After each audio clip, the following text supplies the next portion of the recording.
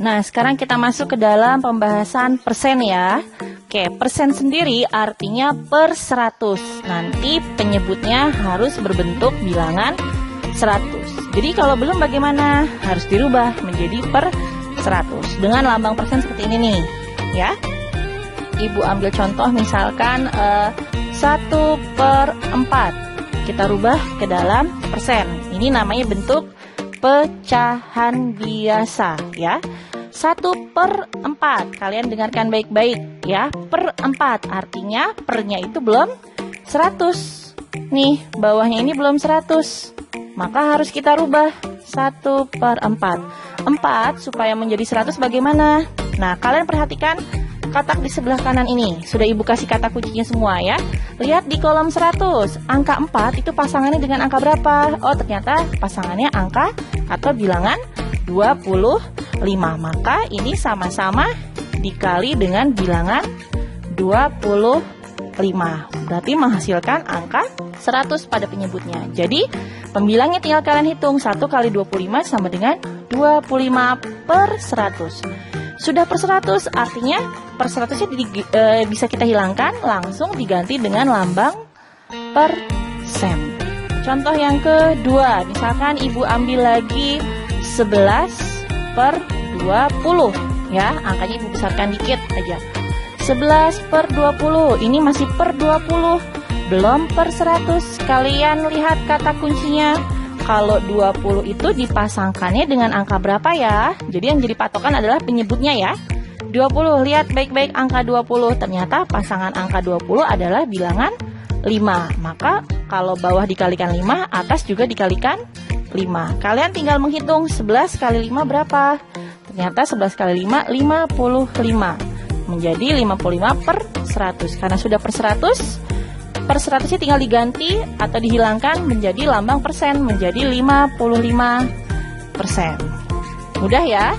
Sekarang kita lanjut ke contoh nomor 3. Kalau nomor 1 dengan nomor 2 tadi, Ibu dalam bentuk pecahan yang Ibu kasih ke kalian ya. Sekarang yang nomor 3, Ibu berikan bilangan desimal. Harus kalian rubah ke dalam bentuk persen. Bagaimana ya caranya? Lihat kata kunci yang sebelah kanan. Sudah Ibu tulis tuh. Kalau 1 angka di belakang koma artinya bentuk pecahannya per 10. Kalau 2 angka di belakang koma artinya per 100. Kalau 3 angka di belakang koma artinya bentuk pecahan per 1000. Sekarang kita mulai. 0,4. Ada berapa angka ya di belakang koma? Kalian perhatikan baik-baik. Ternyata ada 1 angka di belakang koma. Ibu titikin tuh. Artinya bentuk pecahannya adalah pecahan per 10. Tinggal kalian tulis bentuk pembilangnya. Pembilangnya bagaimana, Bu? Coba kalian coret tanda komanya menjadi angka 04. Ada nggak angka 04? Tidak ada ya. Malah dibacanya bilangan 4 saja. Jadi pembilangnya adalah 4. Nah, 4 per 10. Sudah bisa dirubah ke dalam persen belum? Belum, karena masih per 10. Belum per 100. Makanya harus kita rubah menjadi per 100. Bagaimana caranya? Lihat pasangan angkanya 10 pada kolom 100. Ternyata sama-sama harus dikalikan bilangan 10 bawahnya supaya menjadi 100. Kalau bawah dikali 100, maka yang atas juga dikalikan 10. Menjadi 40 per 100. Karena sudah per 100 artinya tinggal kita ganti lambang persen. Sekarang kita coba nomor 4. Ibu ambil lagi deh. Misalkan contohnya 2,35. Nah, 2,35 bagaimana dirubah ke dalam persen? Yuk, kita lihat ada berapa angka di belakang koma. Ternyata ada 2 angka di belakang koma. Lihat, 2 angka di belakang koma artinya bentuk pecahan per 100. Kita abaikan atau kita hilangkan tanda komanya menjadi angka 235 per 100. Sudah per 100 belum? Ternyata sudah. Kalau sudah tidak perlu dikalikan angka apapun ya. Berarti tinggal 235%. Sekarang kita masuk ke dalam bilangan desimal. Nah, untuk merubah persen ataupun pecahan ke dalam bentuk desimal, maka bilangan tersebut harus dirubah dulu ke dalam bentuk pecahan per 10, per 100, atau per 1000. Nih, sudah ada kata kuncinya ya. Sekarang kita lihat nomor 1, 3/5. Kalau kalian lihat di sini penyebutnya masih bilangan 5. Sedangkan kata kuncinya untuk merubah ke desimal harus bilangan per 10, per 100, atau per 1000. Maka 3/5 ini nanti harus kita rubah ya. 3/5 ini harus kita rubah. Dirubahnya ke dalam mana? Sekarang kita lihat di kolom sini. Bilangan 5 ternyata ada di kolom 10, ada di kolom 100, ada di kolom 1000. Mana yang kita pilih? Nanti per 10, per 100, atau per 1000? Pilih yang paling kecil. Berarti kita pilih yang per 10. Berarti nanti ini kita rubah ke dalam per 10. 5 menjadi 10 itu dikarenakan dikali dengan 2. Ya, sudah ada kata kuncinya di sini. Lalu kita hitung. 3 kali 2 sama dengan 6/10. Kalau sudah dalam bentuk per 10, tinggal kita lihat sini.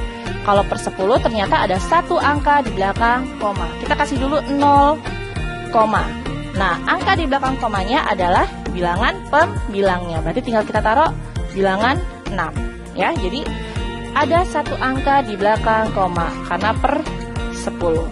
Sekarang kita lanjut contoh yang kedua supaya kalian masih bingung. Biar lebih paham, kita coba contoh yang kedua. Ibu ambil contoh keduanya adalah misalkan 3/50. Yo, ini masih per 50, berarti harus dirubah. Lihat, kolom 50 ada di kolom 100, ada di kolom 1000. Seperti yang ibu bilang tadi, pilih yang kecil saja. Berarti kita ambil yang per 100. Berarti nanti ini kita rubah ke dalam per 100. Yuk kita sama-sama hitung 3/50. 50 supaya jadi 100 pasangan angkanya adalah dikalikan 2. Kalau atas dikali 2, maka bawah juga dikali dengan 2. Kita tulis berapa hasilnya? 6/100. Berbeda dengan yang atas ya. Kalau yang atas 6/10, artinya satu angka di belakang koma. Kalau yang bawah ada 2 angka di belakang koma karena per 100. Nah, bagaimana nih caranya? Kita tulis dulu 0, lihat ya, per 100 artinya 2 angka di belakang koma. Sedangkan di sini pembilangnya hanya satu angka di belakang koma. Tandanya masih kurang satu angka lagi.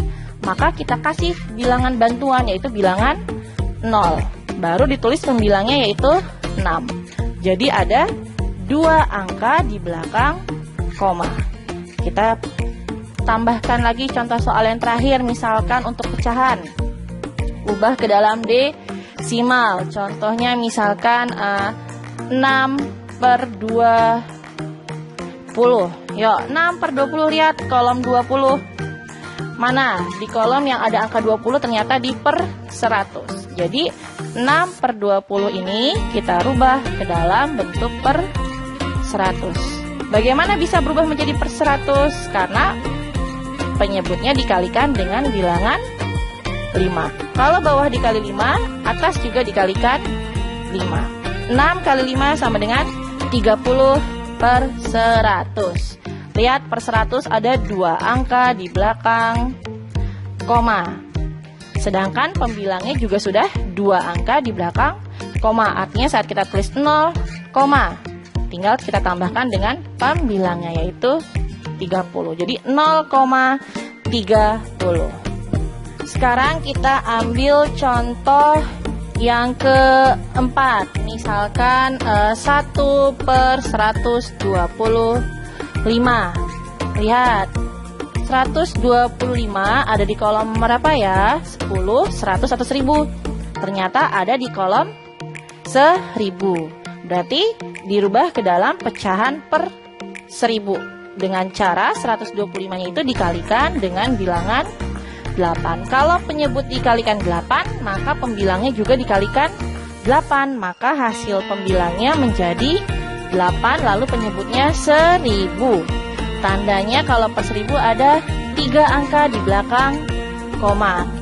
Ya, sedangkan kalian lihat pembilangnya hanya ada 1. Berarti kalau harusnya 3 angka di belakang koma, sedangkan pembilangnya ada 1 angka di belakang koma, berarti butuh 2 bilangan bantuan. Berarti kita kasih dulu 0, tambahkan bilangan bantuannya yaitu 0 sebanyak 2, baru kita taruh bilangan pembilangnya yaitu 8. Berarti ada 3 angka di belakang koma. Oke, sekarang kita masuk ke dalam mengubah persen menjadi dalam bentuk desimal. Caranya sama seperti mengubah pecahan ke desimal, yaitu dirubah ke dalam bentuk per 10, per 100 atau per 1000. Sekarang kita mulai 17%. Persen artinya per 100. Berarti dalam bentuk pecahan per 100. Kalian lihat di sini. Per 100 berarti tandanya ada 2 angka di belakang koma. Tidak perlu kita kalikan lagi karena bentuknya sudah per 100 ya. Sedangkan pembilangnya juga sudah ada 2 bilangan. Artinya tinggal kita tulis 0,17. Ingat cara bacanya ya. Oke, sekarang kita mulai nomor 2. Contoh yang kedua 5%. Artinya 5 per 100. Ada berapa angka di belakang koma kalau per 100? Ada 2 angka di belakang koma. Sedangkan pembilangnya ada 1 bilangan saja. Tandanya apa tadi? Kita membutuhkan bilangan bantuan sebanyak 1 bilangan. Berarti kita tambahkan bilangan bantuan yaitu bilangan 0. Baru kita taruh bilangan pembilangnya yang terakhir yaitu 5. Menjadi 0,05. Ada 2 angka di belakang koma. Contoh persen yang terakhir 865%. Berarti 865 per 100. Ada berapa angka di belakang koma? Ada 2 angka di belakang koma. Sedangkan pembilangnya ada 3 angka di belakang koma. Berarti kelebihan ya. Kalau kelebihan artinya kita tidak perlu menulis bilangan 0, langsung kita tulis bilangannya dulu 865. Setelah itu kita kasih tanda komanya, letaknya ada 2 angka di belakang koma. Berarti dari sebelah kanan nih kita titikin dulu sebanyak 2. 1, 2. Baru kita kasih tanda koma. Berarti ada 2 angka di belakang koma. Sekarang kita masuk ke materi mengubah persen ataupun desimal ke dalam bentuk pecahan. Sekarang kita lihat di sini. Ibu hanya memberikan 2 contoh soal, jadi diperhatikan baik-baik ya. Yang pertama adalah 80%, artinya 80 per 100. Ingat, persen itu artinya per 100, jangan sampai dilupa ya. Oke, 80 per 100 sendiri itu sudah dalam bentuk pecahan ya. Tapi kalau kalian mengisinya hanya sampai di sini, ibu kasih setengah nilainya. Kenapa? Karena masih bisa disederhanakan. Ingat, kalian sudah kelas 4, artinya kalau misalkan disuruh merubah ke dalam pecahan, harus bentuk pecahan biasa yang paling sederhana. Atau kalau masih bisa dirubah ke dalam pecahan campuran, rubah ke dalam pecahan campuran. Yuk, sama-sama kita sederhanakan. Untuk 80 per 100, nah ini ada kata kunci lagi. Kalau bilangan atas dengan bawah sama-sama ada bilangan 0, boleh kita coret 0-nya. Tapi jumlah 0 yang kita coret harus sama. Lihat, yang atas ada 0, yang bawah juga ada 0. Ya, 0-nya boleh kita coret sebanyak 1. Kalau atas dicoret 1, bawah juga dicoret 1. Berarti sisanya adalah berapa? 8 per... Nah, 8 per 10 masih bisa disederhanakan lagi enggak? Ternyata bisa. Sama-sama dibagi dengan bilangan 2. Ya, berapa hasilnya? 4 per 5. Kalau sudah sampai 4 per 5, masih bisa disederhanakan lagi tidak? Sudah tidak bisa. Artinya jawaban terakhirnya adalah pecahan paling sederhana dari 80% adalah 4 per 5. Kita biasakan hasil akhir digaris bawahi 2 kali ya. Contoh yang kedua. Nih ibu naikin ke atas. Nomor 2, contohnya 55%. Lihat, persen artinya per 100. Berarti 55 per 100. Apakah bisa disederhanakan? Ya, bisa. Dengan cara bagaimana disederhanakannya? Sama-sama dibagi dengan bilangan 5. Ya, hasilnya adalah 11 per 20. Apakah masih bisa disederhanakan lagi? 11 per 20? Ternyata tidak bisa. Berarti hasilnya adalah 11/20. Sekali lagi deh contohnya yang ketiga. Misalkan ibu ambil 24%. Artinya 24/100. Sama-sama genap berarti bisa disederhanakan ya. Sama-sama dibagi berapa nih? Ternyata sama-sama bisa dibagi dengan bilangan 4. Hasilnya adalah 6/25. Bu, kok dibagi 4 sih? Saya bisanya dibaginya kecil-kecil dulu karena belum hafal perkalian dengan pembagian. Boleh. Coba kita coba 24/100. Kan sama-sama bilangan genap, Bu. Saya maunya dibagi 2 dulu. Boleh, sama-sama dibagi 2. Berapa hasilnya? Hasilnya adalah 12/50. Hasilnya beda, Bu. Iya, hasilnya beda karena 12/50 masih bisa disederhanakan kembali. Sama-sama dibagi dengan 2. Berarti hasilnya adalah 6/25. Selesai, hasilnya sama ya. Jadi untuk menyederhanakan, boleh dibagi berapapun selama dia masih bisa dibagi dengan angka yang sama antara pembilang dengan penyebut. Bisa ya? Mulai dari sekarang, coba dihafalkan perkalian dengan pembagiannya. Sekarang kita mulai lagi mengubah bentuk desimal ke dalam bentuk pecahan paling sederhana. Ibu ambil contoh 0,12. Sekarang lihat.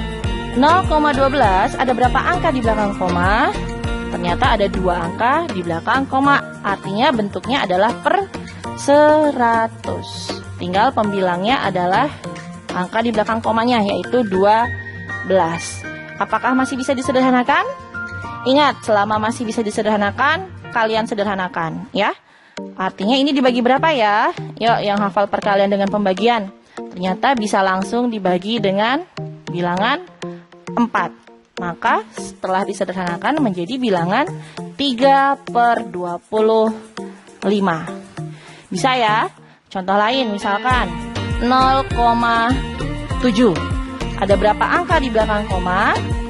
Ada 1 angka di belakang koma. Artinya dia per 10. Karena per 10, tinggal angka di belakang komanya kita tulis menjadi pembilang, menjadi 7/10. Apakah masih bisa disederhanakan? Ternyata tidak. Artinya cukup sampai di sini kalian selesai. Bisa ya? Contoh yang ketiga, ibu ambil misalkan 1,2. Nah, lihat 1,2. Ada beberapa cara nih untuk mengerjakannya. Karena bilangan di depan komanya bukan angka 0. Ya, kita lihat. Di sini ada 1 angka di belakang koma. Artinya dia bentuknya per 10. Kalau per 10, berarti kalau komanya hilang menjadi angka 12. Masih bisa disederhanakan. Sama-sama dibagi dengan bilangan 2. Hasilnya adalah 6/5. Kalau sampai sini benar nggak? Lihat, bilangan pembilang masih lebih besar daripada bilangan yang penyebutnya. Artinya masih bisa dirubah ke dalam pecahan campuran. Bagaimana merubah pecahan biasa merubah menjadi pecahan campuran? Dengan cara pembagian ya. 6 dibagi 5. Yuk hafal ya. 5 kali 1 5, 5 kali 2 10. Mana yang kalian ambil? Jika di dalam sini bilangannya bilangan 6, ternyata hanya bisa dikalikan bilangan 1. Berarti 6 dibagi 5 hanya bisa 1 kali. Karena 1 kali 5 hasilnya 5. Kita kurangi, selisihnya adalah 1. Jadi cara penulisannya adalah bilangan atasnya dulu dijadikan bilangan bulat, lalu sisanya dijadikan pembilang, per penyebutnya tidak berubah.